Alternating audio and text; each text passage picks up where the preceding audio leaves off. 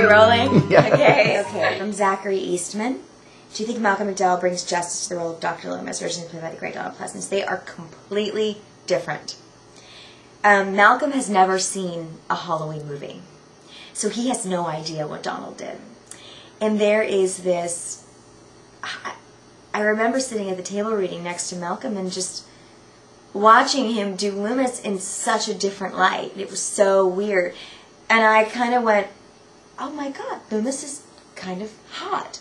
Like, funny, cute, charismatic, friendly. Like, there's just this, like, weird sexual thing about Loomis that I love Donald Pleasence, but maybe because I was 10, I don't know, but didn't have this thing about him, this sparkle, I don't know what you call it, but there's something different in Malcolm's eyes.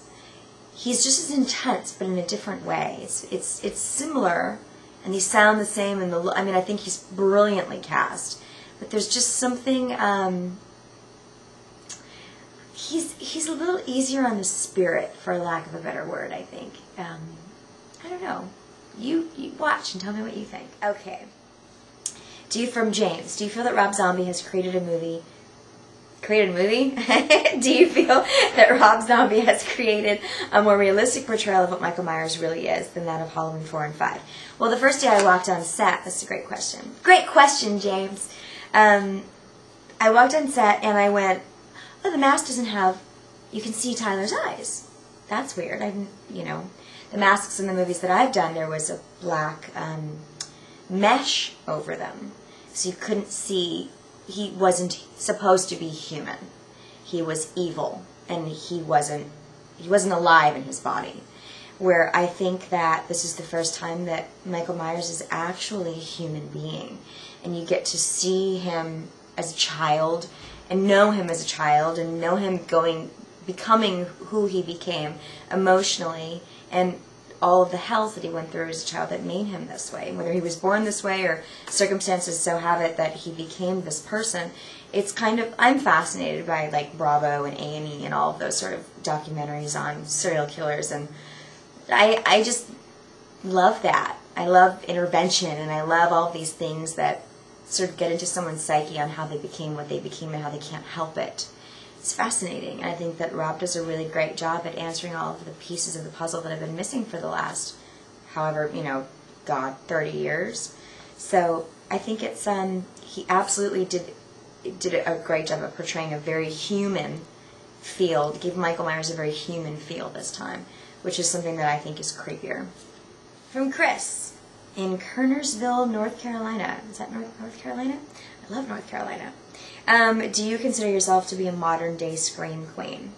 Well, considering that it's been about 8 years since I've done a horror movie like this, Urban Legend was kind of the last studio horror movie. There's so many of us now that when I was 10 and people were calling me a scream princess, it was sort of more fitting because there were very few, if any, little girls starring in these movies. Where now, there's a lot of us. There's a lot of us that do these, that do horror genre films. I got a lot of competition. That damn plane. Okay.